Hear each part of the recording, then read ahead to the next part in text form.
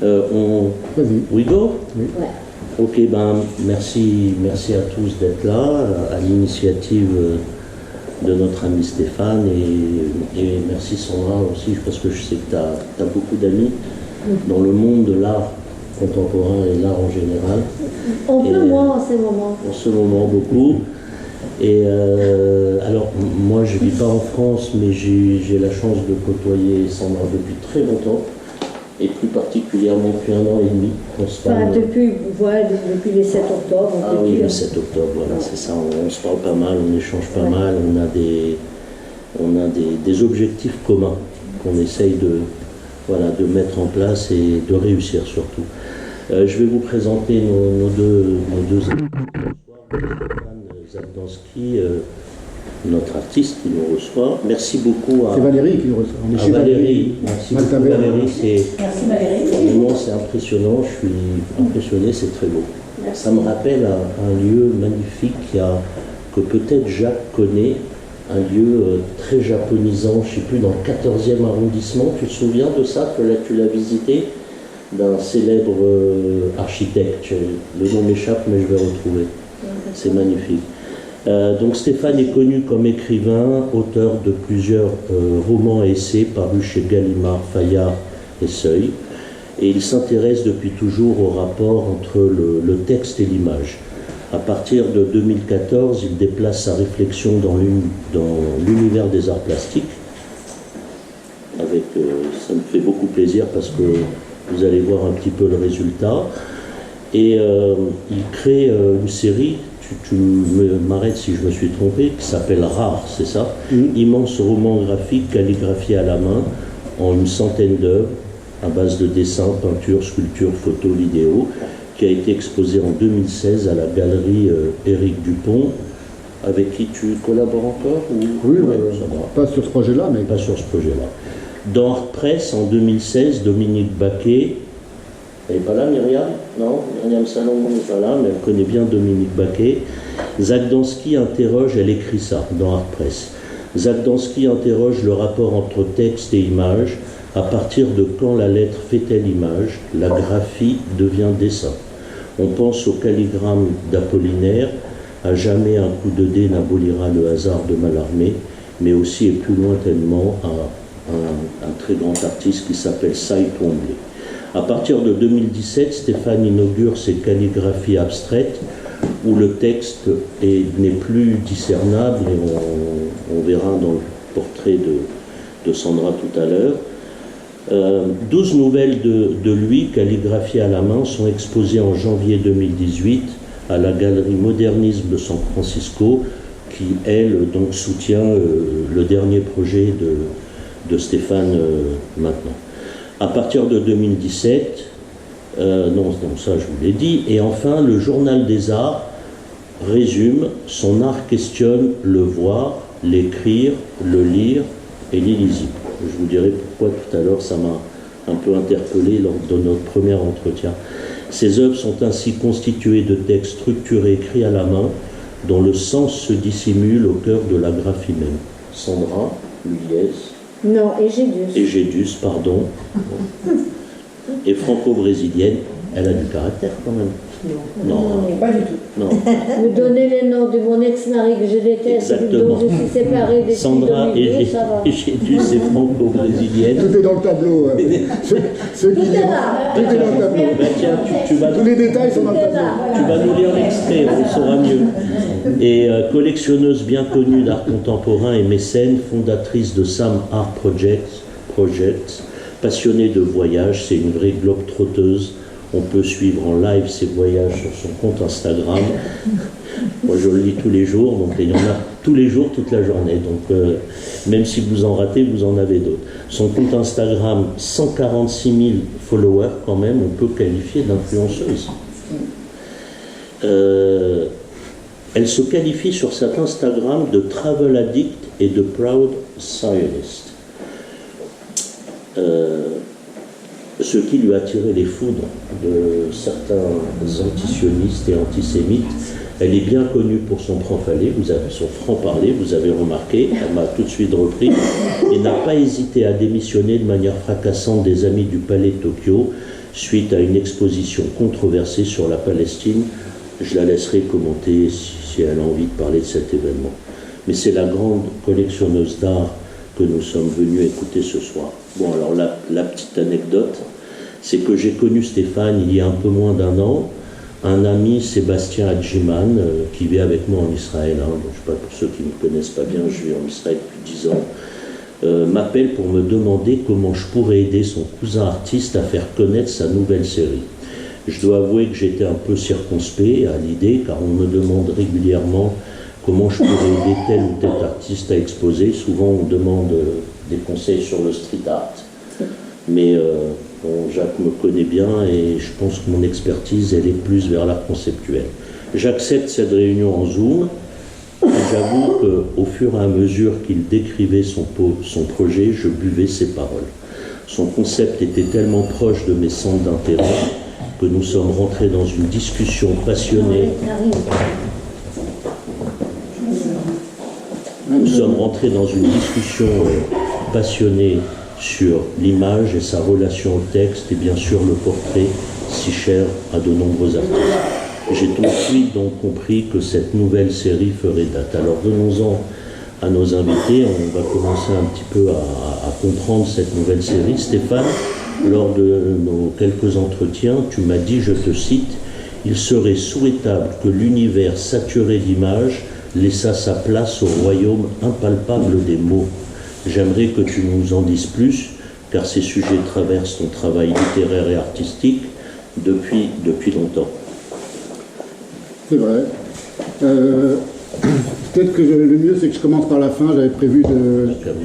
Oui, mais c'est pas là. J'avais prévu de vous parler de mon rapport intime à l'écriture depuis toujours, et comment ce rapport intime à l'écriture, il s'est déployé en moi, dans ma vie, dans mon existence, de manière chamanique. C'est-à-dire pour moi, l'écriture est la seule et unique passion que j'ai jamais eue, et que j'ai toujours eue depuis que j'ai 20 ans, depuis que j'écris sérieusement, à tous les sens du terme, c'est-à-dire à la fois en tant que j'exprime ma pensée par des mots, exactement comme un peintre s'exprime par des couleurs et des formes, et comme un musicien s'exprime avec des sons.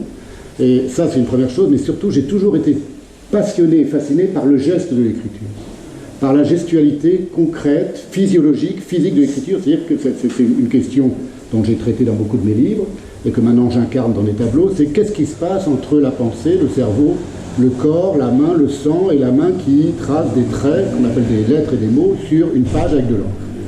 Pour moi, il y a toujours eu une vertu magique et chamanique et mystique de ce geste. Pourquoi ? Probablement parce que je suis juif aussi, on est quelques-uns dans cette pièce, et que chez les juifs, vous le savez, c'est une des grandes, le judaïsme, c'est une des grandes traditions calligraphiques, plurimillénaires. Il y a les traditions asiatiques, il y a la calligraphie chinoise, la calligraphie japonaise, la calligraphie arabe, et le judaïsme, où évidemment les rouleaux de la Torah sont écrits à la main, c'est d'une grande sainteté. Il ne viendrait pas à l'idée, dans une synagogue, de montrer, comme par exemple dans les temples, dans les églises, un livre à l'adulation des fidèles, un livre imprimé. Et il y a toute la personne qui écrit, qui calligraphie, doit être très sainte, il doit avoir une âme très pure, il y a tout un rituel. C'est un objet, le rouleau de la Torah, depuis des millénaires, pour les juifs et dans le judaïsme, qui est un objet saint et sacré. Ce sont des choses qui m'ont donc toujours habité. Deuxième chose, je fais partie de la dernière génération, j'ai 62 ans cette année. Asseyez-vous. Non mais ça sonne, je vais chercher, ça sonne. Et je fais partie de la dernière génération en France qui a appris à écrire vers 5-6 ans, donc l'âge où on apprend vraiment à écrire, où on s'inocule le geste de l'écriture, avec encore de l'encre et des plumes et des porte-plumes et des buvards. Voilà. Donc ceux d'après nous, ceux qui sont nés un petit peu après, 1 ou 2 ans après, ils sont passés au bic, c'était terminé.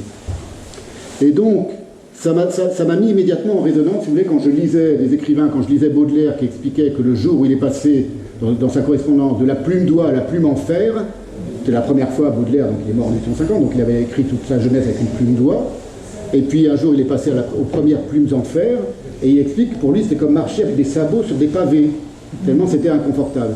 Ça m'a parlé, parce que j'avais connu moi aussi l'écriture avec on levait le doigt, la maîtresse, c'est une expérience qu'après existentielle, dont les autres enfants, ceux qui ne sont pas plus de ma génération, qui sont venus après moi, ont été coupés.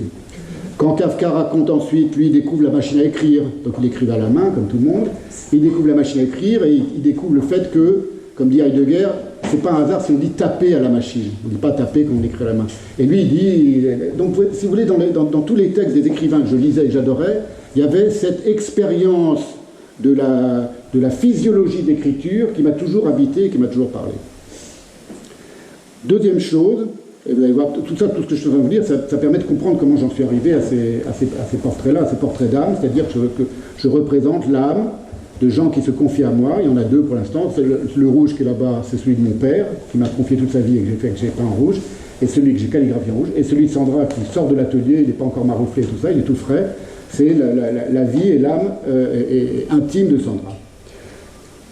La deuxième chose qui m'a toujours intéressé, passionné, qui m'a fait méditer, c'était le fait que j'ai senti, lorsque j'écrivais à la main, y compris quand je suis devenu écrivain, c'était avant Internet, avant les ordinateurs, avant les emails et tout ça, donc j'appartiens à une génération où on s'écrivait des lettres à la main, les gens entre eux s'écrivaient encore à la main beaucoup, au stylo plume évidemment. J'ai senti que dans ce geste chamanique de l'écriture, il y avait un pouvoir,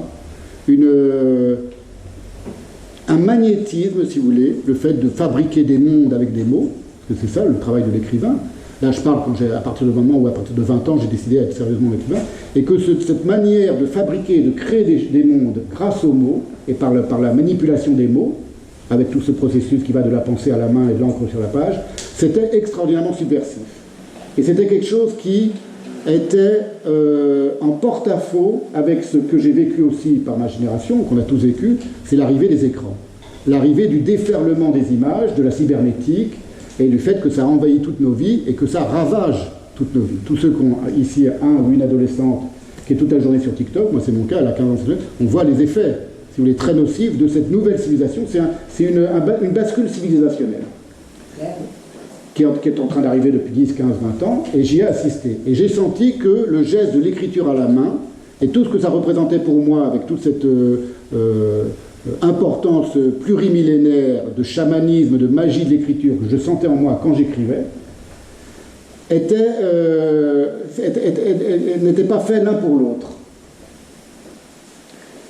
Et lorsque j'ai réfléchi à la question des portraits, je me suis aperçu que dans l'art du portrait, dans l'histoire de l'art du portrait, il y a toujours eu ce polémos, si vous voulez, cette divergence entre les artistes et ceux qui, autour d'eux, ne voulaient pas qu'ils pratiquent leur art. Alors, je vous donne un exemple très simple. Il y a eu des césures comme ça dans l'art du portrait. C'est-à-dire que moi, je m'inscris dans cette histoire des césures, des fractures dans l'art plurimillénaire du portrait. Les portraits associés à l'âme, c'est vieux comme le monde. Vous avez les portraits du Fayoum, les magnifiques portraits égyptiens du Fayoum, qui étaient les portraits qu'on mettait dans les tombes momifiées des gens qui les accompagnaient pour le voyage au-delà. Donc, si vous voulez, l'idée que le portrait, ça représente son âme, c'est pas nouveau. Il y a eu une première grande rupture, c'est l'invention, la découverte de la perspective. Lorsqu'on a découvert la perspective, ça a changé. Je parle uniquement de l'art du portrait, hein, je ne parle pas des autres types de représentations. Ce que ça a changé, c'est qu'avant la perspective, lorsqu'on représentait quelqu'un, il était d'autant plus grand et plus important sur le tableau qu'il avait une importance sociale ou symbolique. On pourrait présenter un seigneur en énorme sur le tableau et ses valets ou sa femme ou son chien en tout petit sur le tableau. Et pas encore la perspective. Ou par exemple, symboliquement et théologiquement, on représentait la Vierge Marie en énorme et les deux commanditaires du tableau, les deux adulateurs, qui pouvaient être deux seigneurs ou un prince et une princesse, ou un bourgeois et sa bourgeoise, étaient représentés en minuscules. Pourquoi ? Parce que le plus important devait être représenté de la manière la plus grande. Arrive la perspective, l'invention, la découverte de la perspective, et ça c'est une véritable invention, et c'est une brisure, c'est une effraction dans l'idée qu'on se fait de se représenter soi-même, et ça va permettre au peintre, à l'artiste de reprendre le pouvoir en décidant qui met au premier plan et qui met au second plan. C'est-à-dire qui devient important, c'est lui qui décide. Et le plus important, celui qui est le plus près de son regard. Et il place ce qu'il veut le plus près de son regard. Et le moins important, celui qui est à l'arrière-plan. Alors on a par exemple un texte de Bruegel, un tableau. Pour moi, c'est la même chose. Hein. Les textes, c'est les tableaux, et les tableaux sont les textes. De Bruegel l'Ancien, qui est très connu, qui s'appelle Le Portement de Croix, où on a le Christ qui est en tout minuscule, dans une immense foule. C'est un village, à la Bruegel, vous savez, avec des multitudes de personnes qui jouent, qui vivent, et le Christ qui porte sa croix en minuscule parmi les gens minuscules. Donc, effet de perspective, il remet le Christ dans son humanité parmi tous les humains. Autre coup d'éclat de la perspective, c'est Dali, par exemple, avec un tableau très célèbre qui est le Christ crucifié vu d'en haut. C'est-à-dire, il prend le point de vue de Dieu. Ça, il fallait qu'on invente la perspective pour que ce soit possible. Vous connaissez ce tableau de Dali? On voit le Christ crucifié, personne n'avait jamais pensé, mais vu d'en haut. D'habitude, on voit le Christ d'en bas, sur tous les tableaux, dans tous les musées du monde, soit d'en bas, parce qu'on est un humain et qu'on adore le Christ, soit en face à face, mais jamais d'en haut. Lui, il le montre d'en haut. Ça, c'est la première fracture. La deuxième fracture, c'est un tableau essentiel dans l'histoire de l'art, de portrait. Il y a eu toute l'introduction des mots et des choses de Foucault parle de ça, c'est les Ménines de Velázquez, où il va faire une effraction, c'est que lui, il va complètement faire exploser les perspectives. Vous avez tous en tête les Ménines de Velázquez, et tous les regards s'interpénètrent, se croisent et s'entrecroisent. Il diffracte la perspective, et ce qu'il invente, quelque chose qui, moi, va revenir dans mes tableaux, c'est-à-dire, si vous voulez, quelque chose à quoi j'ai beaucoup pensé quand j'ai fait l'idée de faire de l'illisible, c'est que le peintre n'est plus visible. Les Ménines, il se peint lui-même en train de peindre le roi et la reine. Le roi et la reine, on ne les voit pas, on les voit dans un miroir. Ils sont censés être ceux qui regardent le peintre.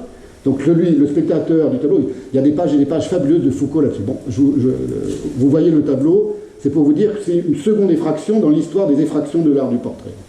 Troisième grande effraction, il y en a d'autres, hein, mais les grandes, les majeures, c'est évidemment l'invention de la photographie. L'invention de la photographie, il y a un texte fabuleux de Baudelaire. C'est pas par hasard que je passe des écrivains aux peintres et des peintres aux écrivains, parce qu'ils ont toujours été extraordinairement complices jusqu'à la mort de Picasso. Aujourd'hui, dans l'art contemporain, maintenant que je connais les deux mondes, je vois à quel point c'est dissocié. C'est-à-dire les écrivains ne connaissent strictement rien de l'art contemporain, les artistes contemporains ne sont pas tellement versés dans la littérature contemporaine. Il y a des exceptions. Mais jusqu'à au moins Picasso, Prévert et tous ses amis écrivains, c'était pas. Et donc, là, on a pour la photographie un texte merveilleux de Baudelaire, très connu aussi, qui s'appelle Le public moderne et la photographie, où il décrit, il revient à cette idée du conflit entre l'un et l'autre, et il dit la photographie, le daguerréotype, ça vient d'arriver, hein, c'était tout nouveau pour lui, c'était inventé par les mauvais peintres qui veulent se venger des grands peintres. Pourquoi? Parce que c'est facile, on fait un portrait, etc. Alors après, il va changer d'avis, on va avoir des photos merveilleuses de Baudelaire par Carja, par Nadar, etc. Mais si vous voulez, il conçoit immédiatement qu'il y a un conflit. Le même conflit que moi j'ai vécu, né en 63, entre le verbe et l'image, avec l'arrivée des écrans, la télé, les ordinateurs, et puis plus tard Internet, etc. Ensuite, une quatrième grande brisure, et celle-là j'en ai parlé à Sandra quand je lui ai présenté mon projet, c'est Andy Warhol. Une grande effraction dans l'art du portrait, c'est le portrait de Marilyn et de Mao par Andy Warhol. Il prend deux personnages spectaculairement, je veux dire d'une manière à la surface du spectacle, extraordinairement connus et notoires, par les deux personnes les plus célèbres du monde, qui n'ont rien à voir l'une avec l'autre. Mao, c'est un criminel sanguinaire qui a fait massacrer des millions de gens. Et Marilyn, c'est une femme extraordinairement belle et intelligente, très intelligente, qui est morte de son intelligence. Elle s'est suicidée parce qu'elle était trop intelligente par rapport à l'image. Elle a été tuée par son image, par la superficialité de son image spectaculaire, cinématographique. Ça se voit dans les photos qu'on avait, etc. Andy Warhol, il comprend qu'il y a un rapport entre les deux. C'est les fameuses premières séries des portraits en écran. Et on arrive maintenant, donc, au portrait de Sandra. Si vous voulez, c'est pour vous dire que c'est quelque chose que je prends très au sérieux, c'est l'histoire de portrait d'âme, parce que aujourd'hui, on est à une époque, on n'est pas à n'importe quelle époque, on est à l'époque du selfie et de l'intelligence artificielle. L'intelligence artificielle, déjà un selfie, pour prendre un selfie, il faut qu'il y ait de l'intelligence artificielle dans nos smartphones, mais simplement le fait qu'on puisse faire des filtres et qu'on puisse modifier, se devenir jeune ou vieux ou chauve. Moi, je passe ma journée à envoyer à ma fille, ça ne fait même pas rire, des photos, des selfies de moi où je suis tout affreux, avec des dentés, avec les filtres Instagram, des filtres comme ça. On croit que c'est rigolo, mais en réalité, c'est pas du tout rigolo. C'est-à-dire qu'on est en train de détruire, de ravager l'idée même qu'on puisse se faire une représentation de chacun de nous-mêmes. Et l'idée qu'on puisse savoir qui on est intimement soi-même. Et qui on est intimement soi-même, et je vais donner après, je vais laisser la parole à Sandra, pour moi, c'est comme ça que je vais expliquer, c'est ce que j'appelle l'âme, c'est-à-dire, c'est compliqué de définir l'âme. Pour moi, l'âme de chacun, c'est tous les mots qu'il a en lui au moment où il les convoque. Au moment où il raconte qui il est, à sa manière, exactement comme il veut, mais tous mes tableaux commencent, il y en a deux pour l'instant, mais tous les autres sont pareils, ils commencent par le modèle, la personne dont je fais le tableau, donc je portraite l'âme, qui dit « je m'appelle », alors Sandra elle a dit « je m'appelle Sandra Etchevu, je suis né telle date, à tel lieu », à Sao Paulo. Mon père, il a dit « je m'appelle Joseph Zagdanski », le tableau de mon père est celui qui est sur la table là, et je suis né le 31 janvier 1929 à Paris. Voilà. Et ensuite, il déroule le fil de sa vie. Tous les mots qu'on a en nous, on est comme des amphores de mots, et tous les mots qu'on a en nous, et qu'on peut convoquer quand on veut, en les disant simplement. Mais combien de fois on a dans sa vie l'occasion de raconter toute sa vie? C'est rare. Parfois on raconte une anecdote, on raconte un souvenir, parfois on parle pendant une demi-heure à un dîner parce qu'on est celui qui invite les autres et les autres ils vous écoutent mais ils ont envie un peu, si vous voulez, de passer à autre chose. Là, on raconte sa vie et je suis là pour écouter. Et pourquoi ça résiste, et je termine vraiment, ça résiste à la... Je vais un peu vite parce qu'on est un peu à la bourre. Pourquoi ça résiste à l'époque, cette époque ravageuse du selfie et de l'intelligence artificielle, qui donc nous dépossède de l'image qu'on pourrait avoir de nous, et surtout de la représentation qu'on pourrait avoir chacun de nous, parce que il y a un élément qui ne pourra jamais être reproduit par l'intelligence artificielle. Donc mes portraits d'âme, je ne les ai pas conçus pour ça, mais si vous voulez, en y réfléchissant, en me demandant ce que j'allais vous dire ce soir, ils échappent complètement à la possibilité pour l'intelligence artificielle de les cloner, de les recopier. Pourquoi? Parce qu'il y a quelque chose, il y a un élément qui est incompressible dans les tableaux, c'est le temps. Il y a eu le temps d'abord du face-à-face, du tête-à-tête, du dialogue entre Sandra et moi. Au moment où elle a dit tous ces mots, vous voyez, il y a un livre qui a un seul exemplaire, c'est son livre à elle, où il y a tous ces mots écrits noir sur blanc, donc on a le texte du tableau, et chaque personne dont je fais le portrait, elle aura le texte de son tableau qu'elle peut lire aussi. Tout ce temps qu'elle a dit en exhibant son âme, si vous voulez, en faisant parler son âme, c'est pas compressible. C'est du temps à l'état pur, comme dit Proust, un peu de temps à l'état pur, c'est vraiment du temps vivant, et c'est son âme vivante qui s'exprimait pendant qu'elle parlait.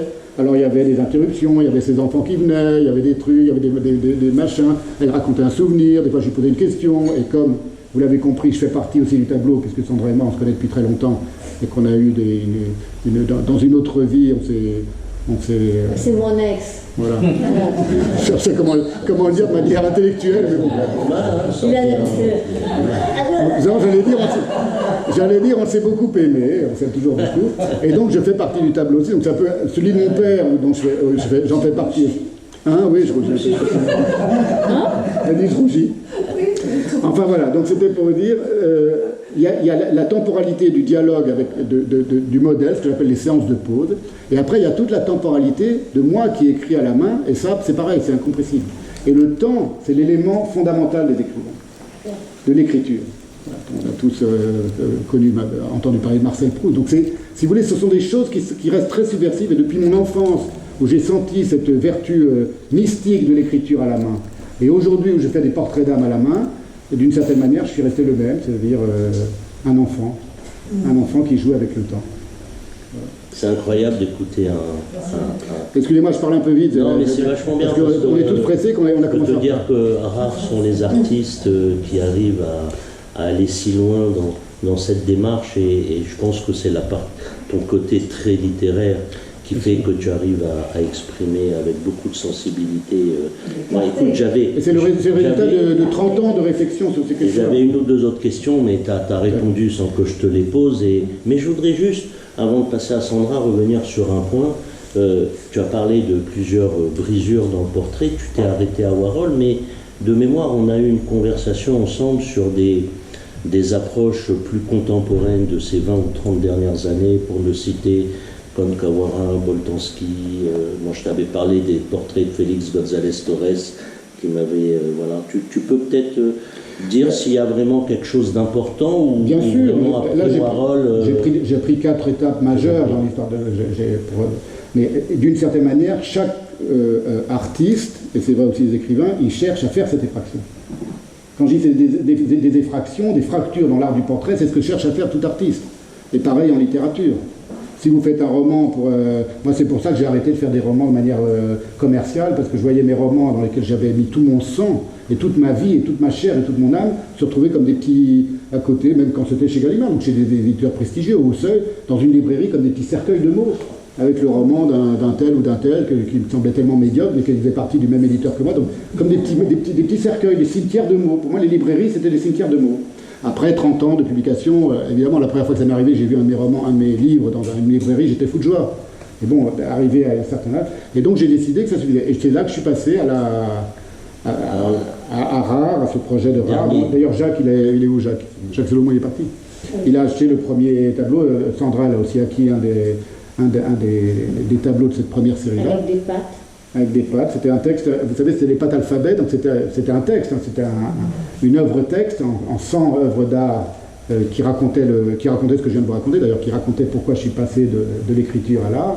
Et le tableau de Sandra, c'est fait avec les pattes Panzani, vous savez, les pattes alphabet. Avec une... Alors, c'est pas une question, et je finis avec toi, mais comment faire ton autoportrait dans tout ça avec ce... Et je l'ai fait tellement mon autoportrait, c'est ce que j'ai dit à Sandra la première fois que je lui ai parlé de ça. Ah, tu as toujours un peu de temps dans les tableaux, en fait. Oui, voilà, parce que Sandra et moi, on a une vie commune, on a eu une vie commune. Mais moi, j'ai tellement parlé de moi dans mes livres et dans mes portraits, et d'ailleurs dans mes tableaux, où j'ai mis des extraits de mes livres, que j'en peux plus, quoi. J'ai envie d'écouter la vie des autres. Je ne m'intéresse plus vraiment à ma vie. Moi, je la connais par cœur. Ce qui m'intéresse, c'est le geste de l'écriture. Je dis, le geste, la gestualité de l'écriture, ça me passionne, toujours. Mais j'ai écrit plus d'une vingtaine de livres, donc j'ai passé mon temps pas seulement à parler. Tu dis ça, mais t'as adoré que je parle de toi, hein. Est-ce que tu as une preuve que j'étais content que tu parles de moi? Bah, c'est là-dedans, on va voir. Non, parce que j'ai coupé mes On va interventions. bien voir ce qu'elle a Est-ce qu'on peut raconté. dire qu'il y a quelque chose de thérapeutique dans l'écriture de ces portraits? Oui, bien sûr. Bien sûr. Pour les deux, c'est-à-dire pour celui qui me confie sa vie, vous imaginez quand même, c'est-à-dire que là, vous pouvez vous dire, j'ai toute la vie de Sandra, moi j'appelle ça l'âme de Sandra, en un tableau. Parce qu'aujourd'hui, c'est... Après... Il y a bis, il y aura peut-être une... Après, il y aura peut-être un autre tableau. Tous les restes de ma vie est devant moi. Il n'y a rien d'illustré en fait dans le livre. ah, c'est volontaire, oui. Non, ça c'est... C'est la retranscription. Et c'est la retranscription exacte. Alors l'audio, parce que comme j'intervenais, on discutait, des fois on s'engueulait, tout ça, sur notre passé, tout ça, parce que non, on s'engueulait pas vrai, je lui ai donné raison pour tout. Tous les reproches qu'elle m'a fait, j'ai dit, c'est vrai, t'as raison. Tout l'audio, il est parce que ça fait partie du concept. Hein, c'est-à-dire, chaque fois que je fais un portrait d'âme, je crée le livre qui va avec, il ne fait pas partie de l'œuvre, mais il est donné au modèle, et il y a la clé USB, couleur bleue, comme avec tout l'audio. Là, il y a les 8 heures d'audio de notre dialogue. Je ne vais pas embêter Stéphane avec le descriptif exact, mais là-dedans, vous pourrez repartir avec exactement la description. Ça, c'est celui de ton père. Il y a la genèse, Ça, c'est comment, mon père, oui. voilà ce qu'il fait, le temps que ça vous demande. Ça, c'est le catalogue fait par Modernisme. Il faut passer à parler, et lui, le temps qu'il lui faut pour écrire, hein, et puis voilà. Alors, Allez, Sandra, un peu. moi je vais pas rentrer dans la relation intime, mais maintenant tout a été balancé, donc il n'y a plus besoin de pas de surprise. Mais tu connais quand même Stéphane depuis 30 ans. Comment tu as réagi quand tu as pris connaissance de cette nouvelle série? Je crois comprendre que tu as tout de suite adhéré au concept. Alors, c'est très intéressant parce que cette histoire de portrait, c'est une question que je m'étais posée depuis les débuts, quand j'ai commencé à collectionner. C'est-à-dire que les premiers gestes dans l'histoire des gens qui achetaient, c'était les grands mécènes à l'époque, c'était de commander des portraits. Donc, c'était l'aristocratie ou l'église, après la bourgeoisie, mais c'était toujours commander des portraits. Parce qu'il n'y avait pas de photos, parce que voilà. Et donc, les artistes, ils venaient, ils allaient d'un endroit à l'autre, et ils faisaient des portraits de tout le monde. Et je me posais la question, aujourd'hui, dans un monde d'art contemporain qui m'intéresse d'artistes vivants, comment seraient les portraits aujourd'hui? Et j'ai fait l'acquisition d'un certain nombre de portraits de moi et de mes enfants qui sont dans ma collection, dans des formes très conceptuelles. On peut connaître les artistes, tu t'en souviens Il y avait un mec qui est chez Baudouin-les-Beaux, j'ai oublié son nom, qui faisait, photographe ou pas? non, qui faisait des plaques minéralogiques. Ah ouais. Comment il s'appelle ces mecs? Et quelqu'un m'a dit, tu sais qu'il y a un portrait de toi chez Baudouin-les-Beaux? Je dis, ah bon, il y a un portrait de moi chez Baudouin-les-Beaux? Oui, un portrait de toi. Non. Tu avais aussi un dessin à manger, c'est des portraits. Oui, ça aussi, mais le premier c'était celui-ci. Donc je vais chez Baudouin-les-Beaux et il y a une galerie de portraits dans des plaques minéralogiques et c'est écrit portrait de François Pinault, portrait de Sandra Villiers, portrait de Jennifer Flay, portrait de... Et donc il a pris tous les gens de l'art comme ça, ouais. Et il a fait un portrait où l'effet d'évoquer que c'est un portrait, tu avais l'image, tu savais qui était la personne, sans qu'il y ait une photo ou une image, etc. Et je trouvais ça très intéressant, très conceptuel. Donc je ne pouvais pas résister. Donc je crois qu'il a fait exprès et que tout le monde est venu acheter ses portraits. Après, Fabrice Langlade, j'avais vu dans une expo, comment elle s'appelle son ex-femme, Caroline, elle avait fait une expo, il y avait les portraits de sa fille, qui était un portrait statique mais filmé, donc c'était une boucle d'1 minute, où la personne était statique, mais bon, elle clignait des yeux, il y avait une respiration, en plus c'était un enfant de 11 ans, donc un peu impatiente, etc. Donc je dis, ouais, c'est incroyable, et j'ai fait les portraits de toute la famille comme ça. Donc j'avais mes 3 enfants, les pères des enfants et moi. J'ai toujours ça. Je me souviens que j'étais venu dîner chez toi, quand tu as divorcé, tu as éteint celui de ton ex-mari. Ouais. C'était des télés verticales, Et il y avait des vidéos. Il C'est manquait la série à laquelle je pensais, il avait été débranché. Hein. Voilà, elle a débranché après, elle a débranché le il mari. y avait tous les écrans, mais il était éteint. C'était autour de la salle à manger comme ça, comme dans un château, dans la salle à manger du château, les portraits de tout le monde. Et mais on a éteint papa, c'est pas grave. Après, Elle a débranché papa. Anne-Pierre d'Albis, dans le parcours Saint-Germain, elle avait invité des artistes anglais qui s'appelaient The Little Artists. C'était un couple d'artistes. Et avec du Playmobil, ils faisaient des portraits.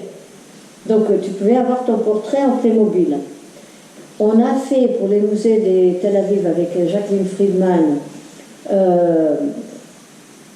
une exposition en dessin avec des portraits des grands artistes, et les gens au dîner, pour aider les musées, au lieu d'une vente aux enchères, ils commandaient leurs portraits. Donc j'ai commandé mon portrait, aussi les enfants et aussi papa à l'époque, mais bon, papa il est dans un autre module maintenant. Donc cette question de portrait, c'est une question qui m'est travaillée depuis toujours, et donc quand Stéphane est venu me voir avec cette histoire des portraits, j'ai dit ok, on essaye, même si je savais des involvement, comment on dit, oui, serait plus long, parce qu'il fallait avoir des longues conversations, il fallait donner du temps, et on a eu ce temps. Et j'ai pas toujours le temps, je suis pas souvent là, et donc il fallait accepter cette histoire. Je rebondis sur ma question. Lors du premier entretien qu'il y a eu avec lui sur le concept, comment tu as tout de suite accroché? Ah oui, j'ai tout de suite accroché, parce que j'ai trouvé que non seulement l'idée était intéressante, mais l'effet d'avoir ça aussi, c'est quelque chose qu'on peut transmettre avec ça, donc tout va ensemble, bien évidemment, mais quand on n'est pas là, et je regrette, j'aurais adoré avoir ça de mon père, par exemple. J'aurais adoré avoir les portraits de mon père et avoir son récit. Et c'est très différent quand on parle avec son père, ce qu'il va nous dire, et quand on parle intimement et on raconte des choses, il y a des choses ici que je ne raconte pas forcément à mes enfants, mais quand je ne serai plus là, ça serait quelque chose de beau qui vont dire, bon, ma mère a vécu des choses incroyables, ma mère a fait ci et ça, voilà. C'est vrai qu'on découvre parfois quand certaines personnes ont fait le temps de leur vie et font comme une autobiographie. Moi j'ai eu l'occasion, en lisant le livre d'un oncle, de découvrir plein de trucs sur la famille qu'il n'avait jamais dit. Parce qu'on ne dit pas en famille. Je ne vais pas raconter certaines choses à mes enfants, mais la vie est... Mais tu as eu l'impression qu'elle a tout étalé en une journée? C'est pas ça, elle a dit ce qu'elle avait à dire. Ah ouais, c'est-à-dire que maintenant, je lui dirais, viens, je te fais un deuxième portrait en orange, elle me raconterait sa vie d'une manière différente. Pourquoi? Parce que le temps n'est plus le même. Et c'est pour ça qu'on dit que l'âme est immortelle. Pourquoi c'est l'âme? Parce que l'âme, elle est là, et le lendemain, elle est toujours là, c'est la même âme, mais c'est pas un objet.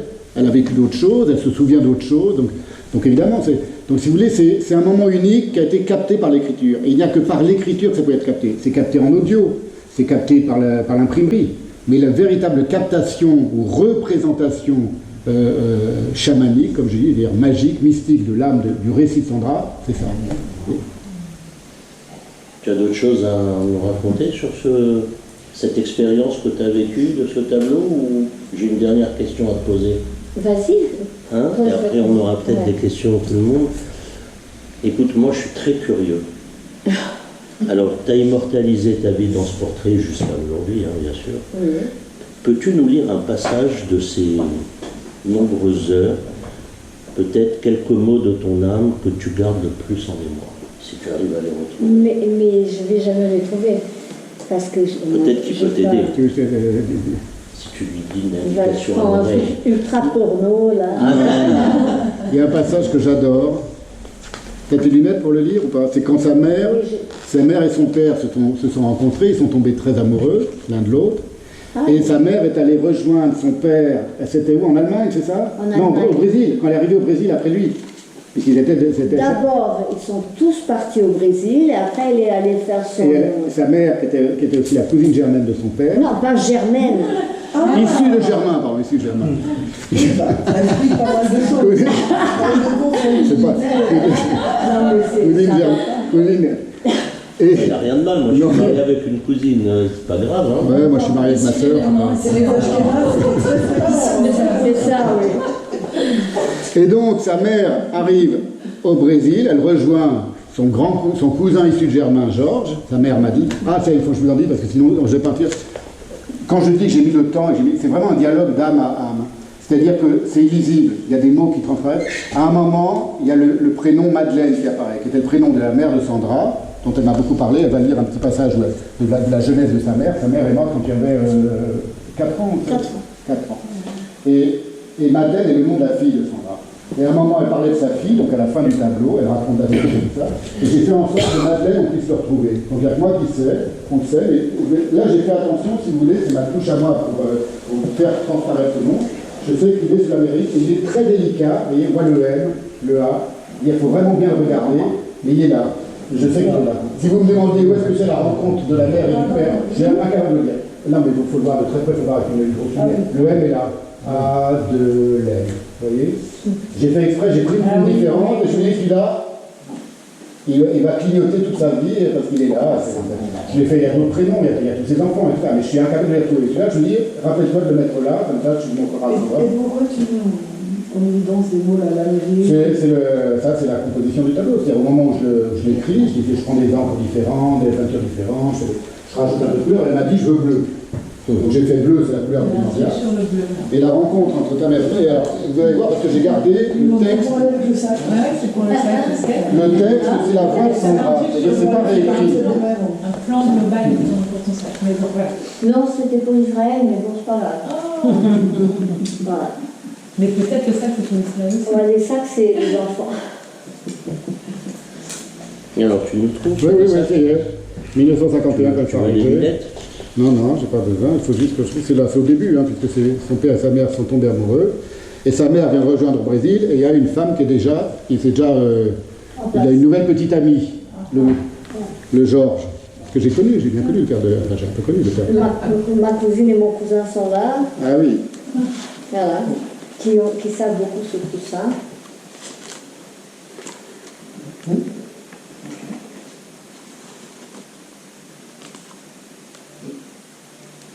Maintenant, elles sont déjà ensemble. Donc c'est quand elle arrive et qu'elle le voit avec une autre. Mais ce livre-là, il n'y a que toi qui le garde pour l'instant, qui va le lire, tu le transmettras plus tard. Ces livres, ils existent. Un exemplaire que tu peux cacher. C'est un truc qu'ils vont avoir, qui peuvent. Après la guerre, voilà, c'est tout ça. Ben, voilà. L'Amérique du Sud, vous voyez, l'Amérique du Sud, là, on peut le lire, on peut le voir encore, l'Amérique du Sud. Pourquoi ils sont partis en Amérique du Sud? Parce qu'ils n'ont pas réussi à aller aux États-Unis. Voilà. Toi, tu sautes une page. Les grands-parents. Elle a que 2 semaines. Lui, il en avait combien quand il avait ça? Oui, lui, Quel âge avait-il, lui? vous avez combien de temps à peu près 10 ans? Très admiratif, parce que malgré tout ce que ce monsieur Bon, écrit et peint, il a pas Très pris bien, la très bien. Ah, Donc sa mère rejoint son père au Brésil, simplement quand elle est arrivée au Brésil. J'ai découpé par petits chapitres, des chapitres de la vie de Sandra. Pardon, je ne vois plus rien. Simplement, quand elle est arrivée au Brésil, il était avec une autre. Elle a fait en sorte que ça déguerpisse, puis ça. Je parlais comme ça, il a écrit comme j'ai parlé. Mon père ne s'y attendait pas. Mais bon, il a vite compris qu'elle n'allait pas changer d'avis. C'était son objectif. Il y avait un album où elle avait mis ses 3 objectifs. Brésil, Georges, mon père, et maigrir. C'était ses 3 objectifs. Elle adorait Proust, elle lisait beaucoup. Elle était arrivée au Brésil sans parler la langue. Elle est rentrée une des premières en philo. Après, mon père a fini ses études d'ingénieur. Il allait faire un master en Allemagne à Stuttgart, ingénieur du béton, des trucs en béton. Alors il est parti, ma mère a dit, bon, je vais le suivre, sinon ça ne va pas le faire. Il va en trouver une autre. Elle a dit, j'arrive par Lisbonne. Il est parti de Stuttgart, il est allé en voiture la chercher à Lisbonne, ils ont tout traversé. Et ils se sont mariés, que tous les deux à la mairie, pas de fête, rien. C'est pour ça que je n'ai pas la ketouba de mes parents. Je crois qu'après la guerre, ils avaient vraiment envie d'oublier qu'ils étaient juifs. Ils se sont mariés, et la célébration, ils sont allés manger à la café de la fac à Stuttgart. Ils habitaient une chambre. Ces chambres qui sont un peu sous la terre, qui ont une fenêtre là-haut dans une pension. Et la dame est allée les voir. Ils sont arrivés pour demander quand est-ce qu'ils voulaient prendre leur bain. Parce qu'il y avait une salle de bain commune. Parce qu'ils n'avaient pas des salles de bain à eux. Donc il fallait dire, pour coordonner tous les habitants, à quelle heure ils prenaient leur bain et tout. Ma mère, elle a dit, je ne sais pas, Georges, peut-être qu'il prend tôt les matins, moi j'irai les soirs. Je ne sais pas, on va dire 7 heures pour lui et moi 18 heures. La propriétaire de la pension a dit, non, c'est quel jour, pas quelle heure. Il fallait faire des économies après la guerre. Ils n'étaient plus habitués à ça. Au Brésil, il y avait tout, pas de pénurie. En Europe, encore, c'était en reconstruction dans les années 50. C'est compliqué. Vous avez écrit ça? Hein? Donc il a écrit exactement de la façon. Tu parlais. Là, c'est la première fois que je vois. Je dis, il a même pas Ah non, arrondi un peu. c'est pas réécrit, sinon c'est plus ton âme. Mais il t'a laissé quelques jours pour te relire. Non, même Pas du Ah, tout. elle m'a fait confiance. Il a pris exactement Bon, ce pour que j'ai ceux dit. qui Et sont c'est ça qui intéressés, est vous aurez drôle. quelques jours pour C'est-à-dire relire. que je voulais qu'elle relise, mais elle a relu très vite. Elle a fait en sorte, ma mère a été repartie retrouver mon père, mais elle l'a improvisé comme elle l'a dit. Mais c'est sa manière de parler, et on l'entend dans le livre. Elle a dit, enfin on l'entend dans le tableau si vous voulez, elle a dit, et ma mère elle est arrivée, elle a fait en sorte que ça décarpisse, fissa. Mais je découvre ça avec vous, parce que c'est la première fois que je vois les livres. Et non, ça je l'ai vu. Mais c'est très marrant.